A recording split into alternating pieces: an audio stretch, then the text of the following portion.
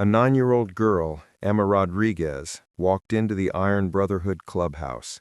In her small, trembling hand, she clutched a crumpled $5 bill. "Will you save my mother's life for $5?" she asked. The air in the room, usually loud with conversation and music, instantly solidified into a heavy silence. 15 bikers, men notorious throughout the county, ex-military, ex-cons, hardened by violent pasts and wearing their scars like grim medals, were frozen. Beer bottles stopped mid-raise. Pool cues hung motionless in the air. This was no place for a child. Hammer, the chapter president, a colossal figure at 6 feet 5 inches and 280 pounds of muscle, tattoos covering nearly every exposed surface, was the first to react. He set down his cards and approached the girl.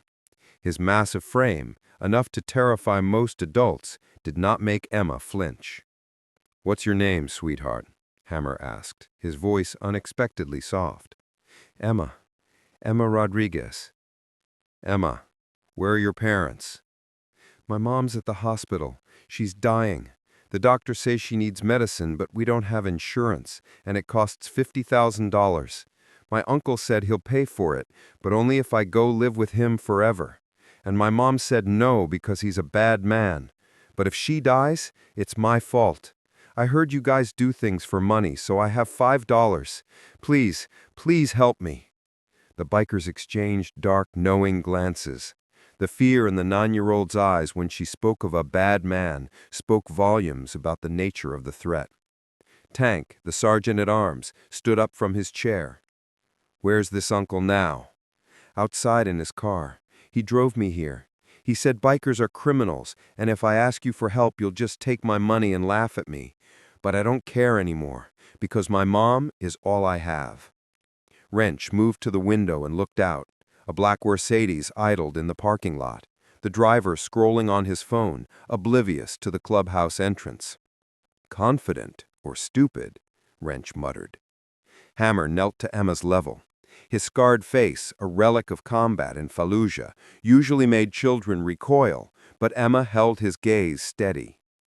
"Your uncle drove you here, to a biker bar in the middle of the night?" Emma nodded. "He said I wanted to learn a lesson, that nobody helps people for free, that the world is cruel and I need to understand that before I agree to live with him." A chilling certainty settled over the clubhouse. Every man there understood the true nature of the lesson Emma's uncle intended to teach. The temperature in the room felt like it had dropped 10 degrees. "What hospital is your mother in?" Hammer demanded. "St. Mary's, room 304. She has cancer. Stage 4. The doctors say the new medicine could save her life, but it's expensive and experimental and insurance won't cover it." Doc, the club's medic, and a former combat corpsman in Iraq, immediately pulled out his phone. "I know people at St. Mary's. Let me make some calls." Emma held out the $5 bill, her hand shaking. "This is all I have. Will you help me save my mom?" Hammer looked at the crumpled, worn bill, recognizing it as hard-won savings, likely lunch money sacrifices over weeks. A tightness seized his chest. He had witnessed countless atrocities, war zones, prison violence, street brutality. But this small girl's desperate offering, while a predator waited outside, resonated differently. "Keep your money, Emma," Hammer said quietly. "We'll help you, but first we need to talk to your uncle." Emma's eyes widened in fear. "He'll get mad. When he gets mad, he—" She stopped, her hand instinctively touching her arm where a bruise was faintly visible beneath her sleeve. The bikers saw the bruise. They saw the unfinished sentence. They saw everything. "Stay here," Hammer ordered, gesturing to Raven, the only female member of the charter. "Raven's going to stay with you. The rest of you, outside now." 14 bikers filed out of the clubhouse in a silent, coordinated formation. The driver of the Mercedes finally looked up from his phone, his smug expression dissolving slightly as he realized he was encircled. Robert Chen, in his 40s, wearing an expensive suit and sporting perfectly styled hair, the image of respectability, stepped out slowly. "Gentlemen," Robert said, his smile failing to reach his cold eyes, "my niece made it inside safely." "Your niece," Hammer's voice was flat, "offered us $5 to save her mother's life, and then she told us some interesting things about you." Robert's smile tightened into a grimace. "Emma has an active imagination. Her mother has filled her head with nonsense. I am simply trying to help family during a difficult time. By bringing a 9-year-old to a biker bar at midnight to teach her a lesson?" Tank said, stepping closer, his massive arms crossed over his chest. "To show her reality," Robert replied, his voice taking on a hard edge. "Her mother is dying. Someone needs to take custody. I'm the only family she has. I'm offering to pay for the treatment, but there are conditions. Emma needs to understand that." "What conditions?" Wrench asked. "That's between me and my sister," Robert stated. "Now I've been patient, but I'm taking Emma home. We have paperwork to sign at the hospital." "Emma is not going anywhere with you," Hammer declared. Robert's respectable facade shattered. His eyes became cold, calculating. "You're interfering with a family matter. I could call the police right now, report that a motorcycle gang is holding my niece hostage." "Go ahead," Hammer said, unmoving. "Call them. We'll wait." Robert pulled out his phone, but before he could dial, Doc emerged from the clubhouse, his expression grim. "Just got off the phone with Dr. Martinez at St. Mary's. Emma's mother, Rosa Rodriguez, has been fighting cervical cancer for 2 years.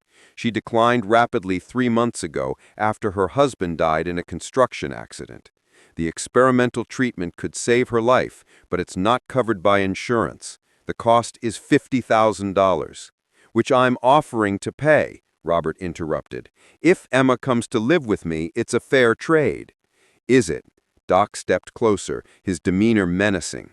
"Because Dr. Martinez also mentioned something interesting. Rosa Rodriguez has been refusing to sign custody papers. She's terrified of you having access to her daughter. So terrified that she'd rather die than let Emma live with you." Robert's face flushed deep red. "My sister is delusional from the pain medication. She's not thinking clearly." "Or she's thinking very clearly," Hammer countered. "Clear enough to know what kind of man you are." "You don't know anything about me," Robert snarled. "Don't I?" Hammer pulled out his phone and showed Robert the screen. "Isaiah Chen. That's your real name. You changed it to Robert Chen 5 years ago after you were investigated for inappropriate conduct with a minor in Oregon. No charges filed because the family accepted a settlement. Then you moved to California, changed your name, started fresh." Robert's face went ghastly white. "How did you—" "I was Special Forces," Hammer said quietly. "I know how to find things, people, secrets, and I know exactly what you are." The parking lot remained silent, broken only by the distant traffic.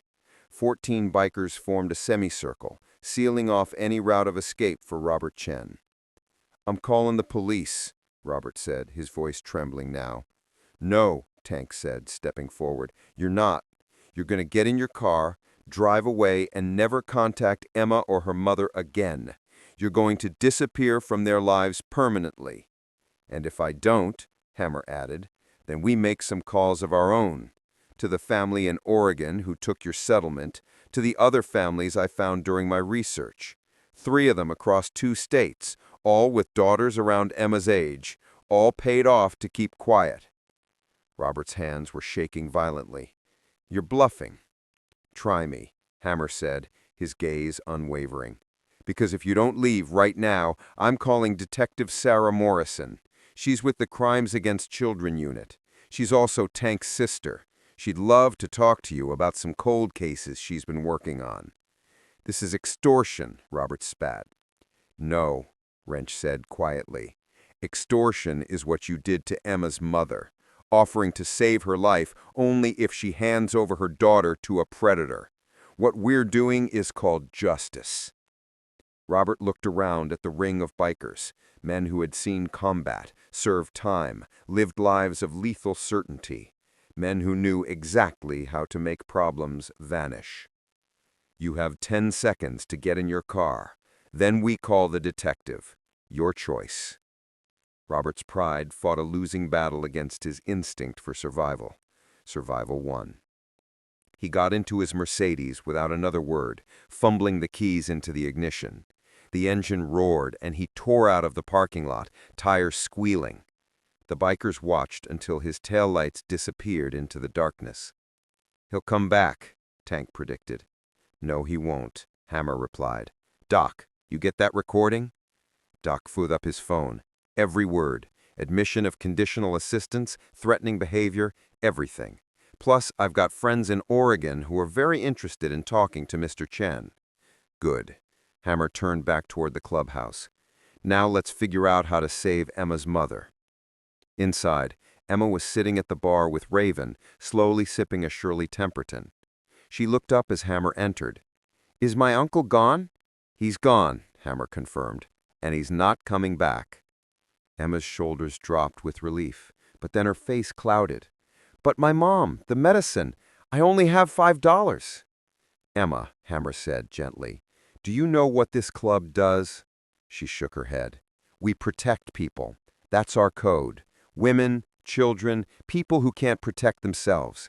Your uncle brought you here thinking we'd laugh at you, take your money, prove to you that the world is cruel." He knelt beside her again. "But the world can be cruel, but it can also be kind. It can also be full of people who give a damn." Tank pulled out his phone.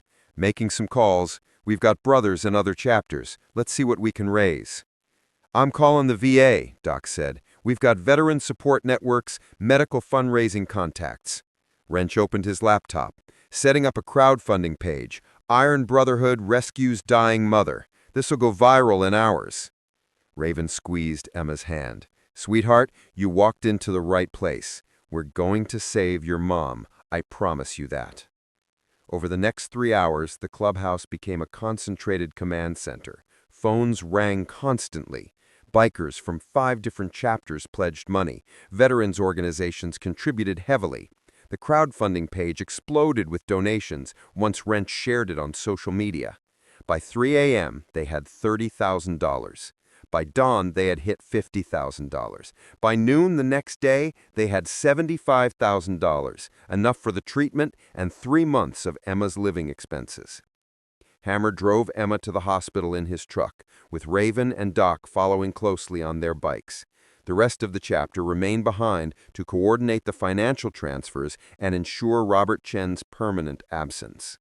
St. Mary's Hospital was silent in the early morning. Dr. Martinez met them outside Rosa Rodriguez's room, his expression cautious. "You are the bikers," he stated, looking at Hammer's cut. "We are. Emma called me, said you're going to pay for her mother's treatment." "We are," Hammer confirmed. "How fast can you start?" Dr. Martinez looked at them intently for a long moment. "I need to be honest with you. Even with the treatment, Rosa's chances are maybe 40%. The cancer is advanced. The experimental drug might not work." "But there's a chance," Raven interjected. "There's a chance." The doctor nodded in agreement. "Then we take it," Hammer said. "What do you need from us?" The paperwork took 2 hours.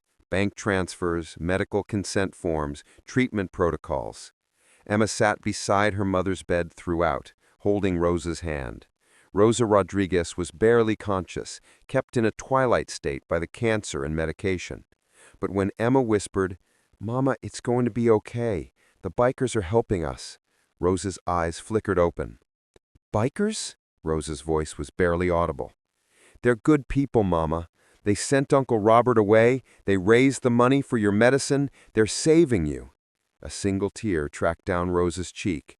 She looked past Emma to Hammer, this massive tattooed man who looked like he belonged anywhere but a hospital room.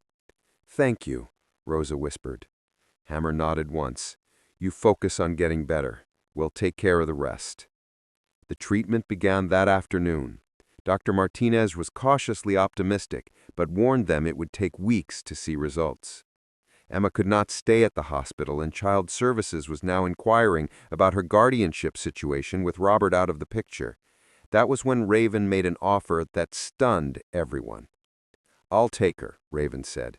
"I'm a certified foster parent. I was planning to retire from active writing anyway to focus on my social work practice. Emma can stay with me until her mother recovers." Emma looked up at the tough woman with tribal tattoos and a bar fight scar across her eyebrow. "You want me to live with you?" "If you're okay with it," Raven said. "I've got a spare room. It's small, but it's yours, and I make pretty good pancakes." Emma nodded slowly. "Okay." The first week was difficult. Emma plagued by nightmares, constantly anxious about her mother, terrified Robert would return.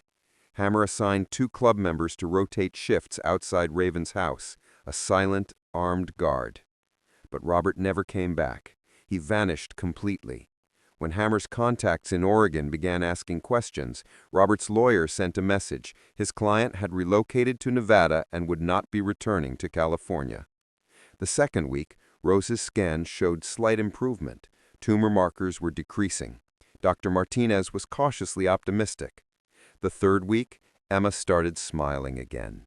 She helped Raven in her garden, learned to change the oil on Raven's motorcycle, and started a new school where her story was unknown. The fourth week, Rosa was strong enough to sit up in bed. Her color was better, her eyes clearer. The treatment was working. 2 months after Emma walked into the Iron Brotherhood clubhouse with $5, Rosa Rodriguez walked out of St. Mary's Hospital cancer-free. The doctors called it a miracle. The Iron Brotherhood called it justice. The club threw a celebration party at the clubhouse. Emma and Rosa stood before the 15 bikers, dangerous men with criminal records.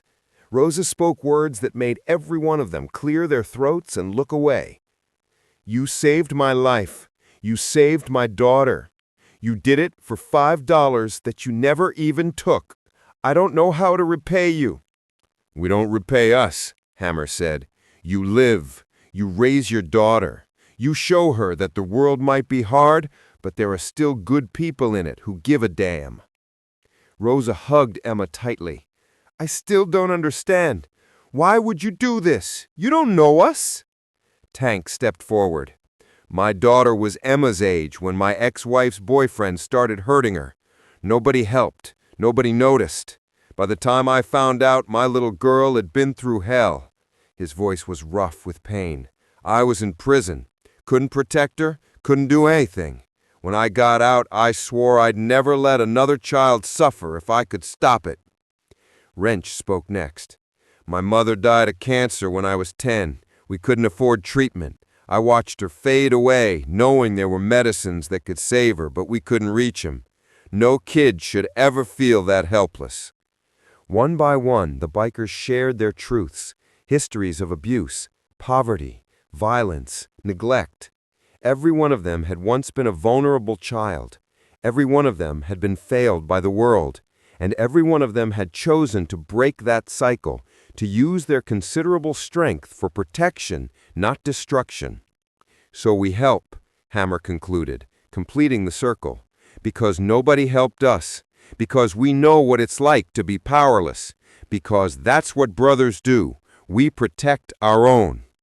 Rosa's voice was choked with emotion. "But we're not your own." "Yes, you are," Raven said, wrapping an arm around Emma's shoulders. "You became our own the moment this brave little girl walked through our door." Emma reached into her pocket and pulled out the original $5 bill. "I still want you to have this." Hammer took it gently. "You know what we're going to do with this?" Emma shook her head.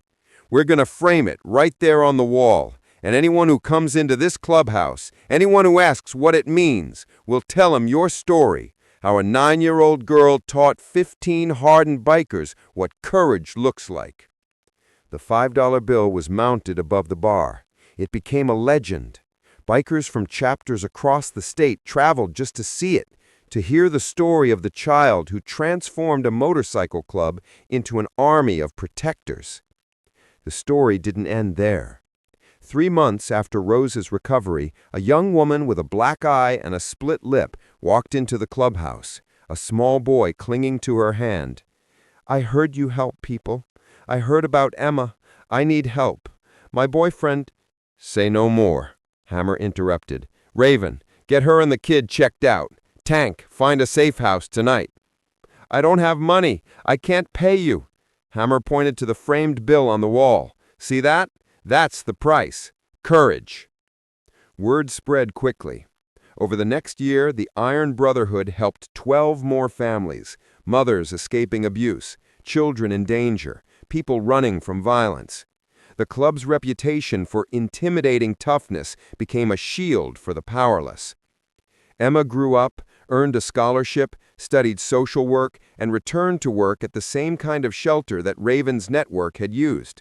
She never forgot the $5, the small bill that bought hope. Rosa started a cancer survivor support group. Every Thursday, the clubhouse hosted the group, filling with laughter, tears, and stories of survival. The bikers brewed coffee, guarded the door, and listened. Their rough exteriors became a silent promise of safety. Every new member joining the Iron Brotherhood learned Emma's story during initiation.